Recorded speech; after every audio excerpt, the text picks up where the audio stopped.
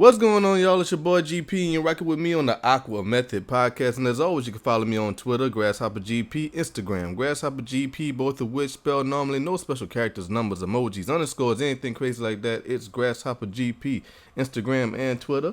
Send me an email at GrasshopperGP@yahoo.com for the types of sponsorships, advertisements, questions, comments, all that good stuff. GrasshopperGP@yahoo.com is the place to do it. You're listening to this on GrasshopperGP Official. That's Grasshopper with 3 S's because when I made the account, I couldn't spell. GrasshopperGP Official with 3 S's is the YouTube account. Thank y'all for once again rocking with your boy on the AquaMethodPodcast, episode 87. If you can believe that. Episode 87. And I'm joined by a very special guest. About a year ago, I had my first and second. Y'all gotta excuse the cop cars. I'm recording this at my apartment. I live in an okay neighborhood. It's just I live right on a main street. About a year ago, I was at Comic-Con and I talked to my first 2 actors on the show. I had Ernie Hudson and Chuck Huber from Dragon Ball Z, and now I have the man, the myth, the legend, a Louisiana superstar in the making, Mr. Hunter Burke. How you doing, Hunter? Hey, doing all right, Glenn. That's far too kind an introduction. If you guys really knew me, y'all would know that you're being way too nice, Glenn. Man, it's all right. So I met Hunter 11 years ago, in in college. I believe it's been 11 years. I was a freshman in college. Yeah, I know, man. I don't feel that old, but I was a freshman in college, and I was walking through the student union at the University of Louisiana at Lafayette, UL. Go Raging Cajuns. I was looking through.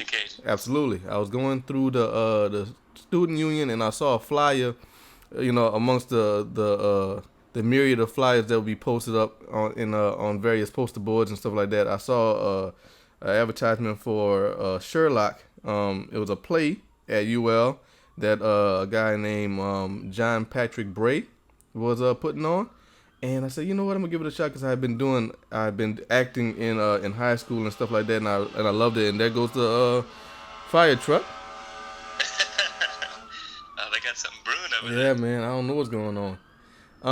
But yeah, so I decided to go and audition for that, and it was a lot of fun. And I wound up getting the role of Kragan, a bandit, a misfit, a ne'er-do-well, and the leader of a small band of criminals.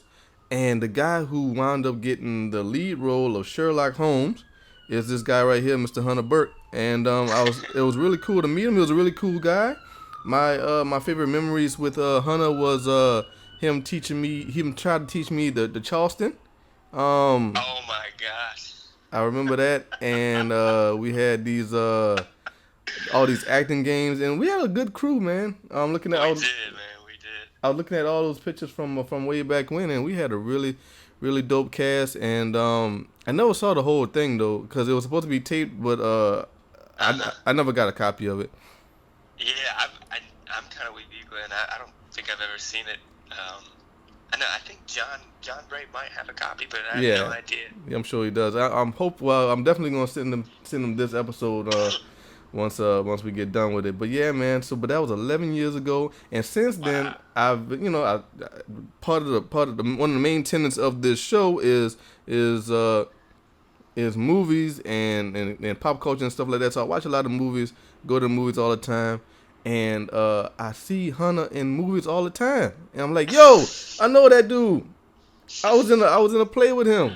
I talked to this guy. You know what I mean, he's doing real big things. He's in the movies, seeing them, so proud of him. And he's from here. He's from Louisiana, and he's from my alma mater. And it's so awesome to see him 100 foot tall on these big screens, man. So let's talk about your journey, man. So you graduated from UL. I did. I got what they call, I guess it's a BFA program at the time. I don't know if it still is, but Bachelor of Fine Arts in Theater. Mm-hmm. And that's where we did Sherlock. It's weird too. I mean, you get out in the world, like especially with a theater degree, and you realize it's not really good to apply for jobs other than the fact that if you want to teach, you can teach with it, and it kind of helps you get that master's to where you can go and teach. But other than that, it's kind of just a piece of paper, unfortunately. But but it was, I think I got a lot of really great experience out of it. I mean, as you said, Sherlock, that was a lot of fun to do. What a great cast. I learned a lot. So after that, it was kind of around the time that Louisiana was instilling their tax credit program that attracted a lot of film and television, specifically film at that time. Right. So, right out of college, even a little bit towards the end of college, I kind of started putting my feelers out for agents in the region. And at the time, it was so new that, agents were just kind of signing up any crazy person like myself that would call them and ask if they would represent them. Wow. And so I called around for a couple of them, and this woman was crazy enough to give me a shot, and kind of started going on auditions from there. And yeah, I mean, I guess I go into detail. Is that what you want me to do? Well, yeah, no, I mean, yeah, we're gonna dive into your history, into how you got to where you are, but yeah, man. So you got your degree. So were you faced with any tough times, or what you had to do between your first, audition and getting your degree? What was that space like? I mean, it was a lot of it's like with anything, acting, specifically acting. It's so few and far between in those early days when you actually get a paid gig. So you absolutely have to rely on a secondary job. I worked at a video store when I was in college, Hollywood Video, which is actually, it's no more. I believe the corporation doesn't exist anymore, but I could be wrong. But yeah, that's what I did. I worked through college and then a little bit after college as well over there. And I mean, I made enough money to get by, but it was more like you said, I just love movies, and it was a way to kind of see as many as I could while kind of getting paid for it. Right. What was the spark? What made you want to be an actor? Did you see something, or did you always just know that this was what you wanted to do? I think that as a kid, everybody kind of you kind of come to a realization, whether you realistic or not, where you realize you're gonna have to do something with your life, some sort of vocation. And so I think at the time it was I had a lot of those. Like, I wanted to be a ninja. Of course. To be a fighter pilot. Yeah. I wanted to be Superman. Mm-hmm. All these things. And I think, and this is so funny, the movie that got me into wanting to be an actor, or at least realizing that was something I might be able to do, was actually Teenage Mutant Ninja Turtles. My man, yes. That live action one that they made, and because I already liked the Ninja Turtles, but I think that was my first experience with film. And so it's such a weird answer to give. Most people say like really classic movies like The Godfather or Gone with the Wind, but for me it was Ninja Turtles. Yeah, no, man. Being a kid from the late '80s, early '90s, man, that's what it was. Yeah. Yeah, man. So I think my mom broke it down, kind of what an actor does, and it essentially encompassed all those things I just listed. I could be a ninja, I could be an Air Force or a fighter pilot, I could be Superman, and so acting kind of always was like this kind of like tabbed off portion of my brain that I thought I could get some traction in, and I just kind of went with that for a while, like all through grade school, did the plays, high school. Yeah. I did speech and debate, and it was always kind of a pipe dream, and so it's funny, the more I did it, the more I realized that maybe I could actually do this. And I think probably after, or a little bit in college, after college, where I realized that it could be a reality, given the I guess call it the simple twist of fate that was the Louisiana tax incentives that came to the state around that time. Did anybody ever try to dissuade you, or be like, yo, I mean, that's like a pipe dream, you're not gonna go that far, or you need to go get this all-field job? Yeah. Well, lucky for me, I guess I can't really speak for everyone, but lucky for me, my sister, I have an older sister, she's 3.5 years older than I am, and she kind of paved the way for our family of quote-unquote artists. Well, that's good. And so she went before, and so she had the daunting task of telling my parents that she wanted to become a dancer, and so I think by that time they were kind of prepared. And also in some of my mom's extended family, there's a few quote-unquote artists and musicians, to where the idea of a working artist in my parents' eyes kind of became a realized concept, before we were even born. So it wasn't that strange of a transition. But I certainly can't speak for my parents, but they were always and continue to be a very supportive, foundation in this crazy game of acting. So I think, to answer more directly the question, no, I never really got a lot of maybe you shouldn't or you can't do that, which has been interesting, because it's normally when you get that, you're like, I'm gonna do it anyway. Right. So in this atmosphere, it's the environment that I was placed in. It's been a great, just a great help and a commodity to have people behind you. But I'm very fortunate to be in that position. Well, that's good, man. Yeah. So, but yeah, I mean, a lot of people, when you finally make it, I made a joke before we started recording about you living in a big Hollywood mansion and, going to all the parties with the ladies in the bikinis. And, 2 Chainz and DJ Khaled is there, and Robert Downey Jr. Should have seen it last night. Right. But I'm sure, like, people don't really understand the struggle. Yeah. What was it like? I mean, you're doing good now, and you've always been a very positive dude. But did you ever have any low points? What was your lowest point coming up? Well, it's funny you mentioned that, like the idea of what being an actor is versus the reality of what it is. Because I remember I used to watch the show Entourage, which looking back, it's kind of a silly show, but it really glorifies doing really well in the business. And for a while, I thought that's what success was going to look like, and Right. that's what I was to mark my success based on that. And I think in reality, that can be somebody's success. But the more you grow, you learn about yourself and what you want out of life.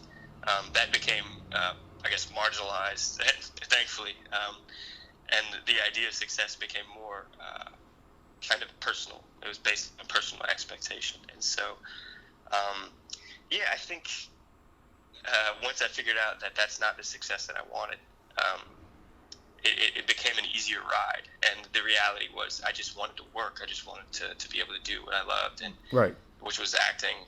And to be paid for it was always a plus. But as long as I could support myself, I wanted to be able to do what I do. As far as the low points are concerned, it's funny, they never tell you this. I mean, I feel like they kind of warn you, but the lowest point an actor can feel is just not working. It's like not being able to fulfill that desire. And so, I mean, I think every actor has that too. You go through spells where you're just not working and you're not booking any jobs for whatever reason. And I mean, I still go through that. There's spells when that happens, and I think the positive turn is that you gain the foresight and the knowledge that it's all cyclical. It goes in cycles. So you will get work sometimes, and you won't. I think the most important lesson out of that is that you can't let the business or your work decide your happiness, because I think that's kind of the larger answer to your question, is that even when you reach a low point, you have to find other ways in your life to fulfill yourself, because it's gonna be a more complete picture if you're fulfilled as a whole versus being fulfilled in a job, if that makes any sense. Oh, that makes plenty of sense. Yeah. Yeah, that was a hard lesson to learn, and it still is. It's easy to say. It's much harder to put into practice. But I think just kind of having that knowledge going ahead, it helps a lot with other things. Like, for instance, when I'm not acting, I try to find some other creative aspect. Like, been dabbling in writing. I like film a lot, so any aspect that pertains to that, I have an interest in directing, although not the end-all goal, but I'm just fascinated with storytelling. I think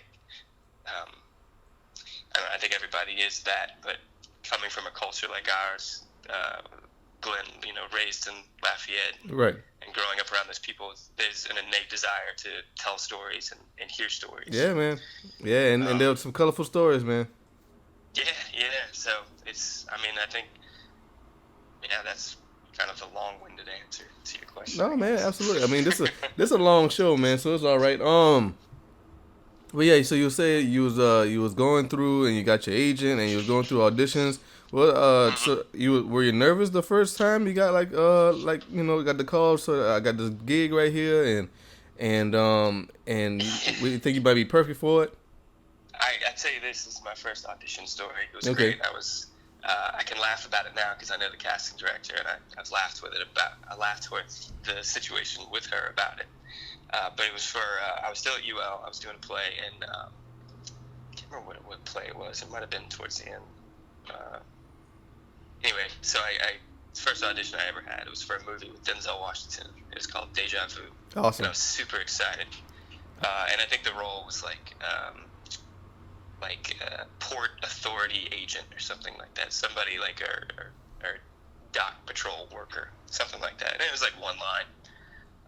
And I remember beforehand, my agent told me, like, don't shake hands with the casting director because she doesn't really like to shake hands with actors. I mean, I think that's probably just a general note for actors and casting directors. Okay. Don't go in expecting to hug and shake hands with casting because they see a million actors and, we're all just germ infested anyway. Right. So anyway, the agent was like, okay, don't shake her hand. She doesn't like to shake hands. So I was like, okay, cool. So I go in there and I'm super nervous and I do an okay job. I mean, I'm definitely not going to get the part at this point. But the audition's over and she's kind of like, okay, thanks, appreciate your time. And I say, oh, it was great to meet you. My name is Hunter Burke, and I extend my hand to shake it, to have her shake my hand. And I swear to God, she looked at my hand like it was covered in fire ants. Moved me swiftly out the door. And I'll never forget that, like, just totally dropping the ball on all fronts on that first audition. But since then, that casting director, I've seen her many times, and she's super sweet, and we've laughed about that. But I don't know, for some reason, I always remember how I messed that up really early on. Is she cool with touching you now or what? I've given her a couple hugs. Okay, cool. Because, she's gotten some work, and as have I, out of our relationship. So I imagine we're okay now. That's good. But yeah, man. So you what would you say was your biggest break so far? Your biggest role so far? Because I seen you in I saw you in The Big Short, and I'm like, Hunter keeps talking. He keeps having lines. He's doing amazing. Yeah. Yeah. I mean, I'd probably say arguably that one's the one. Yeah. For a lot of different reasons. Because who the scene is with, and because of how many people saw the movie, and just because of how the movie turned out. It's all of these like types of conditions depend on like what ends up being your bigger jobs. But I think for all those and so many more, that was probably the one. And I think it's on Netflix now, so I think a lot of people are able to watch it, which I get that one more times than not. That's cool, man. But yeah, no, it was a great experience. It was very surreal, and I look back on it, and I'm like, I can't believe I was able to do that. Yeah. What a crazy life this is. You got to you was opposite of Christian Bale. Yeah, man, I'm a big fan of his. I was before, and then just kind of watching him and his process and how he works. I'm an even bigger fan afterwards. I mean, he's Batman. It was so great. Right. Yeah. I was just about to say that. Extent. Yeah, that's dope, man. Michael Keaton was Batman for me for a little while, but I think it's Christian Bale now. I talk about that a lot with my coworkers. I work at a TV station now, and I talk about that with them. Nice. And like he's not the best Batman, but my Batman is George Clooney. Oh, really? Yeah, because that's funny, man. He's the first one I seen. Yeah. Oh, wow. Mm-hmm. Yeah. See, I think he kind of got a bum rap. I think he was a Batman in a not great movie. Right. Yeah, that's not his fault. Think, in his youth, in that time when he was kind of doing it, had he been given a better script and maybe better material, he would have been a good Bruce Wayne. Because I mean, he is everything that Bruce Wayne is. Oh, absolutely. And I think he's pretty convincing in the suit too, even though the suit was kind of weird at that time. Yeah, man. But you mentioned you admired how Christian Bale worked and stuff like that. What's the best thing you learned from him and or other actors? Man, I think you kind of learn a little bit of something from everybody you meet, that's the great thing about acting is there's a certain amount of adaptability you have to do because it's a technique, but I think because essentially what actors do is trying to emulate truth in real life, you kind of you kind of do that whether you want to or not. And so it was nice with him. And again, I only worked with him this one thing, so it's a very small. It's kind of a very small, limited window that I had with him. But right. Kind of watching him and his, I guess, method sounds bad. There's a bad connotation that goes with that. But the way he conducted himself was really nice. He was able to maintain a strength and direction of his character without alienating people. And he just was very focused. And it was funny because that scene that we shot that's in the movie was the very first day on set. It was for him and for the entire movie. It was the very first setup they ever had for shooting. So it was very loose, and the director, Adam McKay, he was very giving in providing a creative atmosphere. And I think what happens when you give freedom like that to somebody like Christian Bale is they'll do things that are unplanned, that are in the moment, and provide such a creative environment to work in. And so really, I mean, I tell everybody this, I had the easiest job on set that day because I was acting opposite somebody who is in command of their performance. And when you have somebody on the other side of you, all you have to do is kind of react in that truthful, honest manner. And right. And that's the reality of it. But and I guess answering your question more directly, with him, it's just about having a respect for yourself and for other people, and then just maintaining the focus that's necessary. And because being on a film set, it can be very disorienting, and it can get kind of crazy just because there's so many things going on at once. But kind of watching him, keep to himself without alienating people or being mean. Right. I think it was a really important thing. And then he took himself serious enough to where he was able to perform and give everybody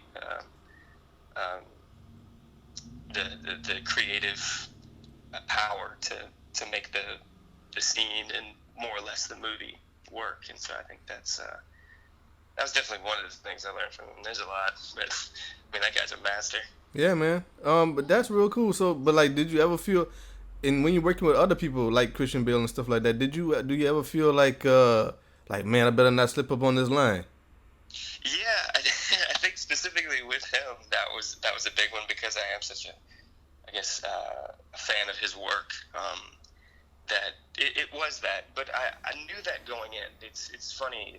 Athletes prepare all the time, and I come from kind of that mentality as well. It's like the more you can kind of prepare yourself for situations, the better off you'll be. And so I knew that I just had to learn the damn lines. It's like one of the first things they tell you. And then at the same time, also to step back and say that what we're doing, filmmaking, acting, while it is important, it's not life and death, and it wasn't at that time. And there are a lot of things going on in the world at that time when I went to film that were very important and are life and death. So you kind of have to remind yourself that why you do this is to fulfill that creative need, but also because it's fun. I mean, and it should be fun. Right. It's not fun like going to a water park, but it's fulfilling like in that same way. So because you're making something. I've found that when I do that, just remind myself that the stakes are high to succeed. But I mean, really, it's not brain surgery. We're not saving lives in a direct manner. And it should be treated as such because, I got a cousin that is a Marine, and what he did in the service, that's important. That's life and death. Mm-hmm. That's something, to be nervous about. But what I do is yes, it is important, but it's not gonna make a huge impact on life and death scenarios in that moment. So yeah, man. I think when you kind of remind yourself of all those factors, you just kind of sink into it, and you trust that what you do is good and what you prepared is something you believe in. I think when you start to do all that, everything else just goes out the window and you have a good time. Yeah, man. But yeah, it might not be saving lives, but art is incredibly important. You need the arts, and you need creatives and people who create stuff, and producers. But yeah, man. Totally agree with that. And you're one of those people, man. And like I rented a movie, just a random movie, just you know, because it was just like a Tuesday night or something. And I'm like, Hunter's in this one too. Yeah, man, yeah. No, it was Mississippi Grind. Oh yeah, that was a good movie, man. I really liked that one. I wish I had more to do in that movie, but yeah, just because it's just cool to be a part of good movies when you get the opportunity. And he was in Divergent. Yeah, I had a small thing. I mean, most of my little roles are small. Like, Yeah. in a lot of these movies. But you keep getting them. That was fun. The Divergent thing, that was a kick. That whole room that they designed in the movie was just a big set, and they shot it in Atlanta, and that set was worth going to do that movie just to see the scope and the scale of like all of the magic that they were creating. Yeah, that was a cool one. But yeah, man. So we are at the halfway point on the show, and around this time, I like to do a segment called 4, 3, 2, 1. 4 questions, 10 answers. Are you ready? Yeah, I think so. All right, good. You're not ready, but that's okay. That's all right. We're gonna work with it, because nobody is ever ready. Question number 4. You're stranded on a desert island. Everything else is taken care of, but you have 4 albums to listen to for the rest of your life. What are those 4 albums? Go. Rest of my life right now, man, it's got to be the new Childish Gambino, Waking My Love. It's got to be Beatles, Sgt. Pepper's. Let's see. I'm into this new Sturgill Simpson album. I don't know if that would last, but I'll put that one down. And then the 4th, let's see, what am I looking at right now? Oh, Helen Gillette. She's a New Orleans musician. She plays the stand-up bass. Is beautiful. She's ethereal. But yeah, those are them. That's the fastest. That's the fastest response I've gotten to the first question. Oh man, I'm trying to keep up. Question number 3: top 3 cartoons of all time. You mean like Saturday morning cartoons or like Pixar, Disney cartoons? Anything you consider to be the 30-minute cartoons, not like the long form movies or anything. Okay, I got you. Yeah, definitely top 3. It would have been that Ninja Turtles cartoon that I used to watch when I was a kid. That I always liked Tailspin. I remember, and they're rebooting that apparently. No, don't do that. I know, right? And then I guess based on that, I used to watch the DuckTales too. So that was a good one. Oh wow, so, that's real old school. Those 3. Yeah, I'm an old man. But they're rebooting DuckTales too. No, they are. Yeah. That might be what I'm thinking of too. It's not Tailspin. It's DuckTales. How about to say it? Come on, man. Yeah, leave it alone. Yeah, man, leave it alone, man. But I was having a conversation with my coworkers, and because one of the guys was like, "Why they keep remaking Batman?" And I kind of defended that because you're introducing Batman to a new generation. George Clooney is different from Christian Bale. Is different from Ben Affleck. Yeah. So it's cool, but then I'm like, but stuff from my childhood don't need to be remade. I'm on both sides of the aisle on that one.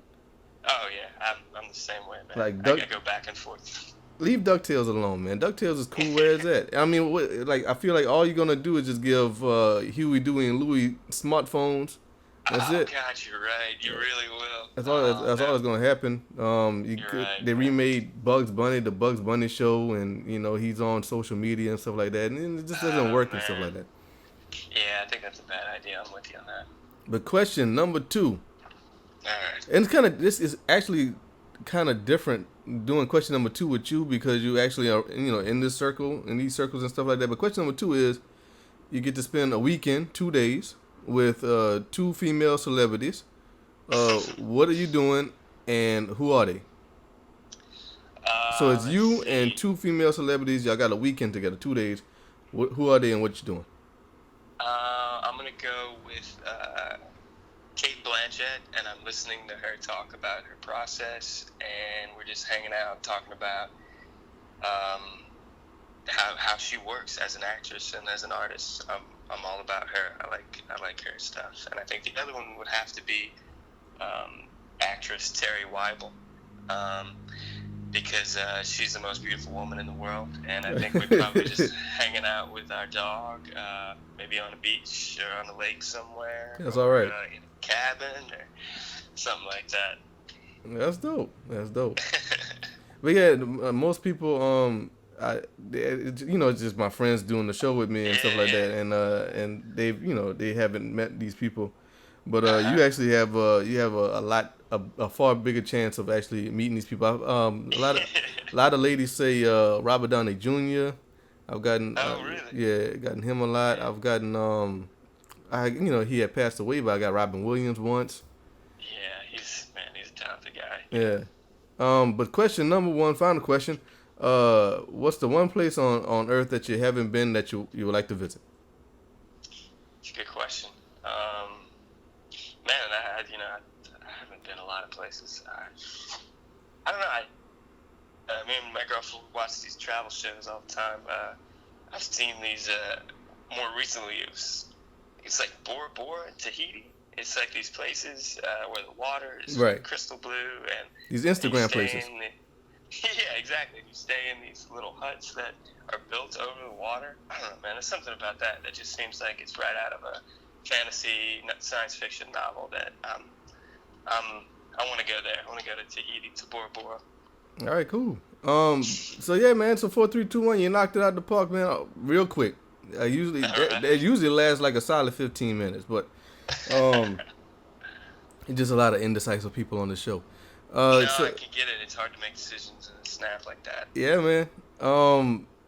But so you mentioned sci-fi, and that's a big thing in Hollywood right now. How do you feel about where Hollywood is going? Do you feel like it's going too much to the superheroes, or do you feel positive about the overall creativity of Hollywood?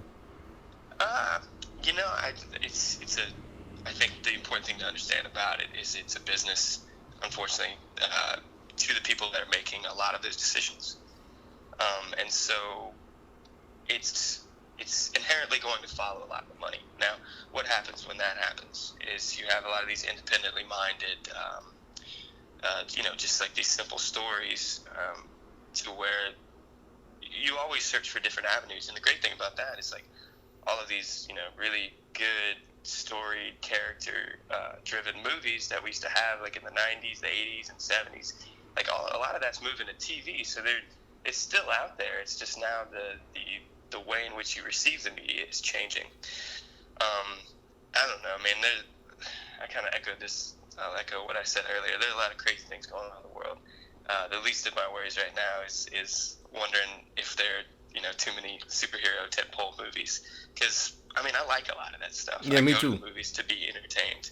I think there can be too many superhero movies, but you just got to figure out how to make everything new. I think that's just a general note. You just can't do the same formula over and over.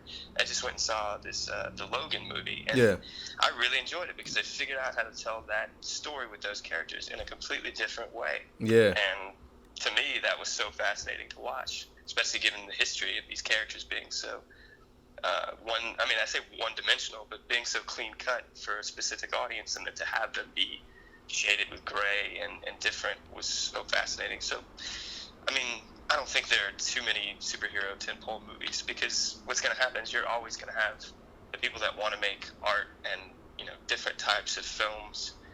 You're always going to have those people finding a way to make it happen, whether it's Netflix or Amazon or what have you. A lot of and actually I find that pretty exciting because the industry is changing. There are so many different ways to receive your media, your content that right. You can select, and then also at the same time you're hearing from a lot of different voices that you've never been able to hear from. And, just take Moonlight winning. That and by the way, that's one of my favorite movies. That's good. This past year is really incredible. But you get another side of storytelling that for so long had been suppressed and unheard. So I actually think it's an exciting time in Hollywood. And there's just so much promise for a lot of different reasons that, superhero movies are great, but there are other things that come along with that kind of thing. Right. I was going to ask you about that because I feel like this. And please disagree with me if I'm not correct here, but if I feel like this is the best time to be an actor because there's so many avenues. There's the Netflix, they got the big movies, and you got Hulu, and everybody's have their own entertainment avenues. So there's got to be a lot of work out there, right? Absolutely. I mean, definitely the opportunities are out there. It's just a matter of if you can get to those opportunities. But yeah, I think that, I'm still new enough to where I don't know a lot of how the business worked in the past.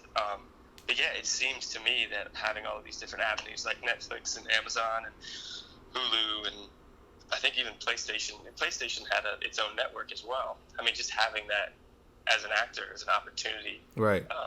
Has been pretty great. I've been involved with stuff that I never should have been involved with because of that. Because there's so many different shows. Like somebody has to portray these characters. Yeah, exactly. It's true. I think, and what goes with that too is, I mean, you split your audience in so many different ways. But I think, a lot of people talk about the idea of choice and limitation in choice is a better thing. But I don't know if I necessarily agree with that. I think it's if you're making good content and you're providing people with something that's feeding their souls, then why not have 50 different ways to see it on 50 different platforms? Right. That's good, man. I mean, like, best wishes to all the actors out there, because there's a lot of stuff. There's a lot of work out there for people to express themselves, and get roles. Not just actors, writers, directors, everyone, art designers, right? Costumers, Yeah. all that. It's so far it's been, it's providing opportunities, a wealth of opportunities for people if they can just kind of find a way in, which is always the key. I need to get you in the MCU, man. I need you to get in the Marvel Cinematic Universe. Yeah, you need to be on Agents of S.H.I.E.L.D., man. I can see you doing that.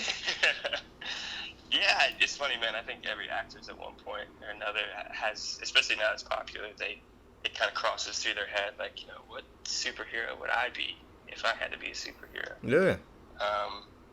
So I don't know if I would be DC or Marvel, just because there's so many different avenues. I've been watching these, like, Fox's Marvel movies, like Deadpool and this Logan movie. Yeah. Man, they're doing something really exciting over there. Well, because you gotta remember, like, these. I mean, they're not just for kids, And I feel like once you realize that the comic book superhero movies can be rated R, then you open it up to a level of creativity that you don't really get with the PG-13s. So there need to be more of those. Yeah, I'm even watching this show on FX. It's called Legion. Yeah. I guess it's based off a Marvel property. And right. I mean, and that's also a Fox property, I guess. And that's fun to watch too, man, because they take that. It doesn't even appear to be a superhero show. It's so complex, and right. It's a fun show. I really enjoy watching it. Who's the coolest person you've met in your travels? You, Glenn. Oh man, stop that! I know that ain't. Hands down, man. That's not the truth. I'm trying to get there, man. I'm working on it. I'm trying to be there, but I think you're more than you think, man. I appreciate it. Thank you, man. Thank you. Now he's just this is just Hunter acting. He's just improving. Just being real nice. But yeah, so because I feel like you probably because you rest in peace. But sent a shout out to Bill Paxton. Oh man, yeah, he's definitely one of the good guys. He was. I did a movie in Atlanta, and the funny thing was I got cast, and I didn't end up actually in the movie. I never got a chance to shoot because they had kind of rewritten the script while I was on set. So I spent 4 days on set, and he was there, and I was just kind of sitting around. I was playing baseball with the other guys when I could, but more times than not, it was just me in one of the chairs, which is, I tell you what, it's not a bad job. But I think he kind of, Bill Paxton kind of recognized that, and so he would come in and just, totally unwarranted, he would talk to me, and, just how he'd shoot the breeze, I guess. I can't say the other thing. Yeah, shoot the breeze, right. And just talk about his adventures in the business and ask. And it's so funny when I feel like when you get to a certain point as an actor, you have this inclination to just want to dominate the conversation with yourself. And I know I do that as well. That's why I'm on your podcast. But he, as far as he'd come and the success that he had seen, he still had this kind of innate, I guess, Texan attribute, which was, I want to know about you, and I'm genuinely interested in that. And I think, for an actor, and I think just as a general note for everybody, to have that kind of a trait is a commodity, and it was certainly well appreciated on my front. And he gave me a lot of great advice in that, it's hearing it kind of from that point of view of a guy who's done it a long time, but it doesn't dominate his life. And at the end of our rap, he bought a 6-pack, and we kind of sat on the little steps of his trailer and just kind of finished our conversation. It was totally unwarranted, unnecessary. He didn't need to do that, and he probably could have been doing other things that were better at the time. Yeah. More important for him, and the fact that he did that and gave me his wisdom and shared his beer. I mean, I'll never forget that. And right. It's unfortunate, but after hearing his death, you hear a lot of these stories coming out about him being that way, and it's so promising that he, aside from his work on screen, that he touched a lot of lives in that way. Special guy, very, very special guy. That's cool. I feel like, and a lot of people on the outside looking in, they imagine and they spoof Hollywood actors and creative types as like they're really, really stuck up and really bougie and are they real far out, out of space and stuff like that. Is how true is that? How true is just people just being just snobby and snotty towards other people? I would say, and then again, in the limited experience that I've had with folks who are on the other side of the pay scale, it's genuinely been a good experience. I haven't really met anyone who's stuck up or bougie. Everyone good. seems to be very down to earth and appreciative of what they do in their line of work and in their life, and that's been really encouraging to hear too. I guess sometimes you just meet people who kind of surpass what you'd expect of someone in that position. I think with Bill Paxton, that was definitely the case. I think it's easy to imagine him being, very to himself and just preoccupied with other things in his life. But it was quite the opposite. But no, I really haven't had any bad experiences with anybody being a quote-unquote diva on set. I guess I've just been lucky in that way. But That's good. That's good. Because I imagine, because you was talking about Entourage, and I remember there was like a scene. I think it was a fake scene. That's what he said. But like it's like Matt Damon and the lead actor of Entourage. Can't remember his name. Shoot, I kind of forgot it too. That's sad. No diss. He's done a lot. He's doing real good. But Yeah. But so they was going back and forth, and Matt Damon was just spazzing out on him. I just feel like that happens a lot. I actually, so does that happen a lot? Like directors and stuff like that, just ripping on you. I mean, it's funny. I guess I would remember. I can't really remember, but I would if that were the case. I haven't had really any intense situations like that before. It's so far been, you meet directors with their different touches and how they approach scenes, but I can't say that I have ever experienced anything crazy like that. But I mean, I'm sure it happens. It's like with any line of work, there's a certain amount of ego involved and money on the line, and so it can be a lot for different types of people, and people handle pressure in very different ways. So I understand. I get it. I hope to never do that. Right. That's definitely one thing. I hope you never experienced anything like that either. Because I mean, the only credit, if you can call it that, the only thing I've ever done was I was in Secretariat when it was down here, and I just remember this lady, the costume lady. She was like really mean. She wasn't mean to me, but she was just mean to like her coworkers. Like, all right, I guess we gotta do it like this. Okay, well this guy's not doing his job, stuff like that. Just really, really short with people. But I mean, and it happens. It's I guess the thing you gotta remind yourself with something like that is, especially when you're faced with folks like that, is that they're fighting their own battles. There's probably a lot going on with them, and it's unfortunate that is the behavior, but everybody's got their own demons, and they're all dealing with them in a very different way. And I think the thing that you can do personally when you're faced with a situation like that is just try to be this sounds stupid, but be the best you that you can be. That's in the not sense bad. that you're doing your job, and you're not reflecting that behavior, but that you're being of service to your fellow artists and friends, and I think that's kind of the way I take it. And maybe that's why I don't remember any of that, because I try to just shut that out. I'm like, oh no, it's fine. They're just doing their thing. Yeah. Yeah, well, I mean, she was nice to the people who was working, the actors and extras on set and stuff like that. But it's like the behind the scenes people she was like real short with. But Yeah, I mean, it's weird too. The other thing is it's kind of like a family too. When you do that long enough, you get to know people on different levels. Yeah, it's like a familial strife that occurs on set just because they work together for so long. For whatever reason, I know it happens, but that's above my pay grade though. But yeah, like that. But that was a cool experience, man. And I just think about because I remember that time, and I'm just thinking about you, and you do this all the time. Like I had to do hair and makeup and all kind of stuff. Like this is kind of dope, you know. It's cool, man. I still pinch myself. It's what a crazy job. But it's been a lot of fun, and it continues to be that way. What's next up for you? What you got going on now? I'm actually working on a script with a buddy of mine. It's a feature script that we plan to or hoping to shoot in sometime this year in the Atchafalaya Basin. It kind of revolves around Cajun people, and I think it is, long story short, it took me kind of moving away from Lafayette to realize what a special place it is. And so I think ever since I've been gone, I've been trying to pay that service back to what a close-knit community and a strong identification with Cajun and culture that is so vibrant there.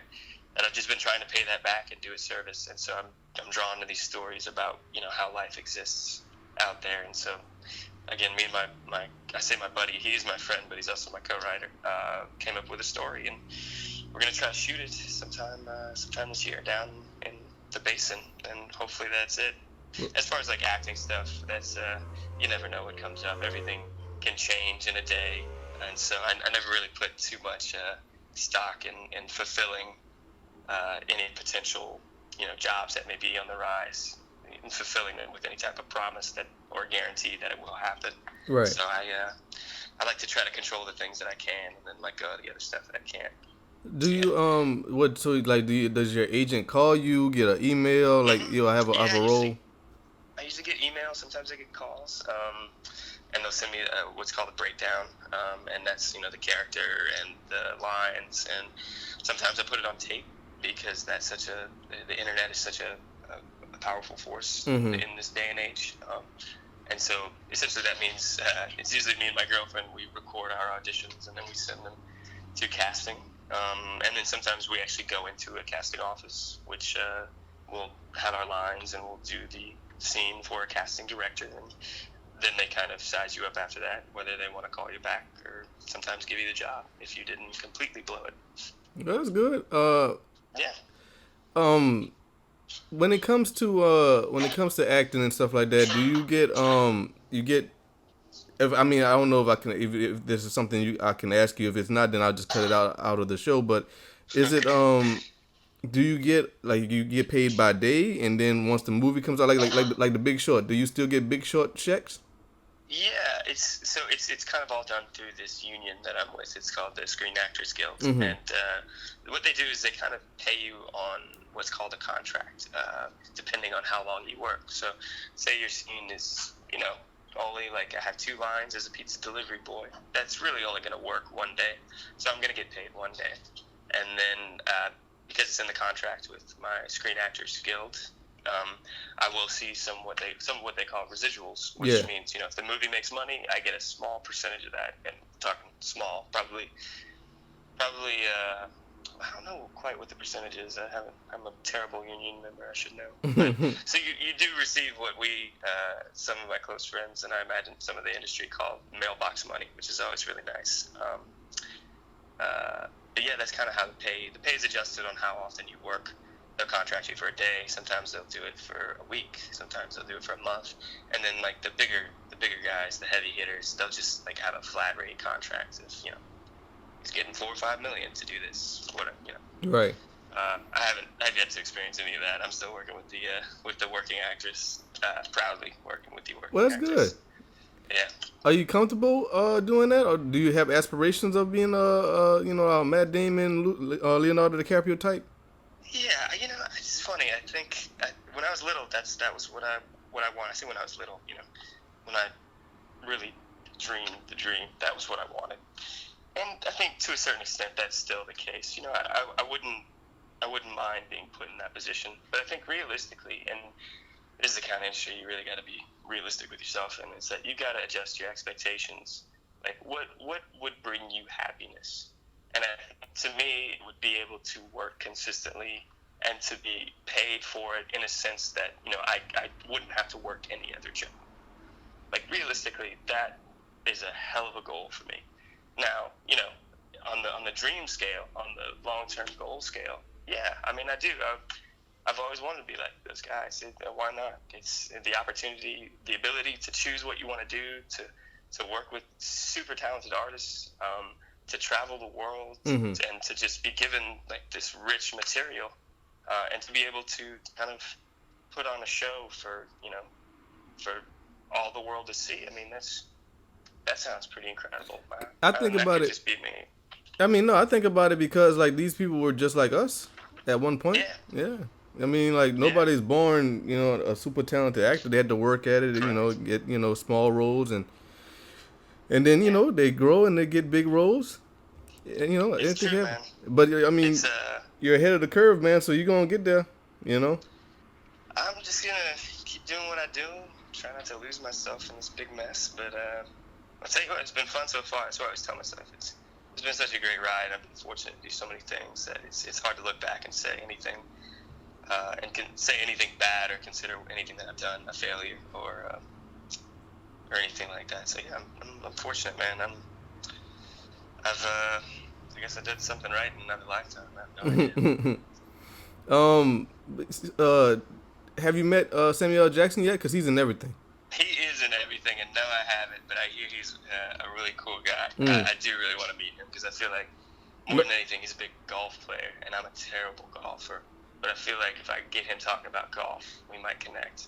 As long as you're in the industry, man, you're gonna cross paths with them. Yeah, I'd like to, man. At some point. I watched Pulp Fiction again for. I hadn't watched it in a really long time, and I just forgot how powerful he is in that movie. Mm-hmm. Hot damn, it's amazing. He hasn't won one of those Academy Awards. Wow, yeah, he hasn't, huh? I know, and I think he'd probably like one, but I think he's given interviews about how he would be more content to win like one of the big Open championships in golf than to do something like that. And something tells me he's happy with his life. Oh yeah, man. I don't know. What about you, man? What kind of stuff are you watching? What you watching? You got some favorite TV shows or movies? What do you get these days? House of Cards is number one. Okay. And like I said on the show a lot, I'm a big MCU fan. So if it's a Marvel Cinematic Universe property, I'm with it. Which one you watching right now? Well, I done knocked them all out, man. Luke Cage. What you feeling right now? I like the second season of Daredevil because of the Punisher. The Punisher was in it. That was badass. I really like Agents of S.H.I.E.L.D. So if you ever... Did you say Luke Cage? Did I miss that one? Luke Cage was the last one I saw. Yeah, man, that's good. Mahershala, that guy. Yeah. Incredible. Yeah. It was fun to watch. I found him, and I think what Luke Cage, the actor, did was great, but watching Mahershala do his thing as the bad guy, I was like, now this is fun. He's really getting into this. I could dig this. Yeah, and he's in House of Cards, too. Yeah, man, that guy's in everything. Yeah. And he's finally getting that comeuppance, which it's about time because he's such an enigmatic actor to watch work. Mm-hmm. I've had friends who've shared scenes with him in a couple movies they shot in Louisiana, and they say he's just one of the best guys to be around, super talented, and then just like a really nice guy to cap it off. You ever thought about doing voice work? Man, I tell you what, my girlfriend does voice work, and she's really great at it. And I listen to her, and I'm like, man, I'm not that good. I think I could learn, but I don't know if I have the patience. I'm a really impatient person sometimes, and I think unless maybe it's like a cartoon or like a video game, that would be a lot of fun. I always wanted to do that when I was a kid. I always wanted to be like the voice of a cartoon or something like that. That'd be cool. Yeah, man. So did you meet your girlfriend on set or something or what? I did, yeah, we did. We actually did a short film out at UL. I had just graduated, and she was a semester shy of graduating, and I had some friends who were producing this little short film. and they kind of had her come in and audition. I knew her; she was a dancer in the performing arts department, Mm-hmm.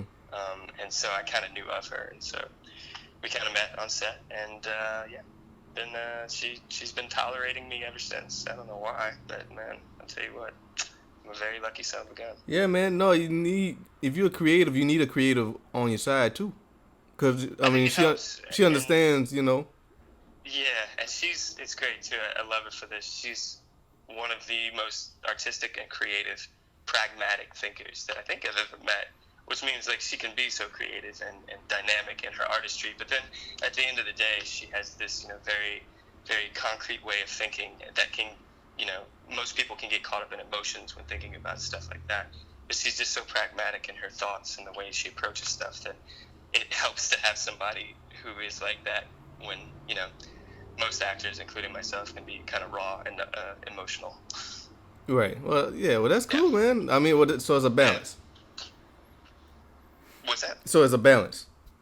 Oh, it's a great balance, and I'm far too lucky, or maybe just right. I'm very lucky to have her in my life and to be able to share a life with her.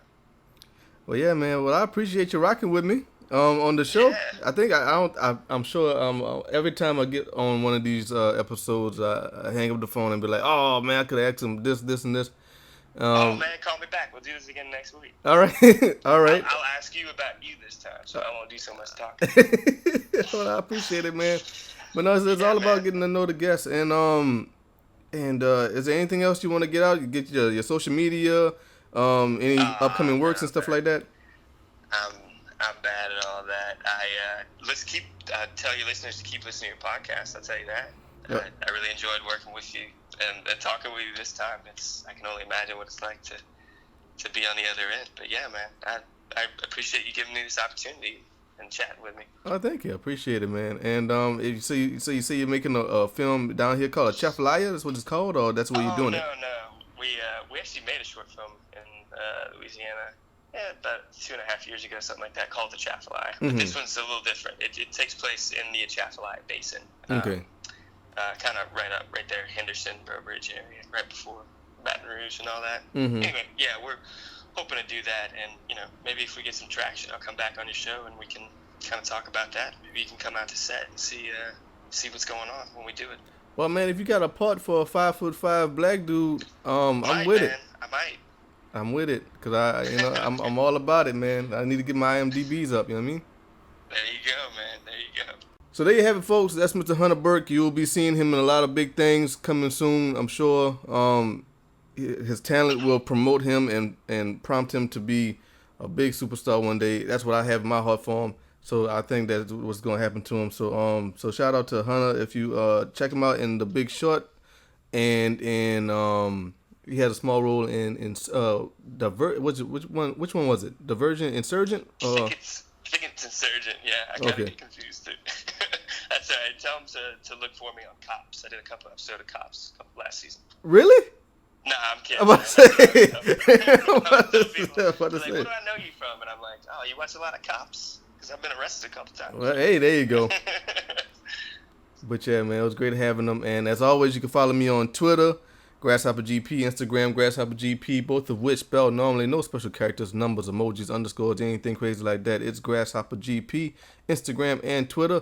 Send me an email at GrasshopperGP@yahoo.com for any types of sponsorships, advertisements, questions, comments, and anything like that. GrasshopperGP@yahoo.com is the place to do it. And you are listening to this on GrasshopperGP Official. That's Grasshopper with 3 S's, because when I made the account, I couldn't spell. GrasshopperGP Official with 3 S's. It's the YouTube account. Thank y'all for once again rocking with your boy. It's your boy GP, the future legendary Hunter Burke, the AquaMethod Podcast. Y'all be good.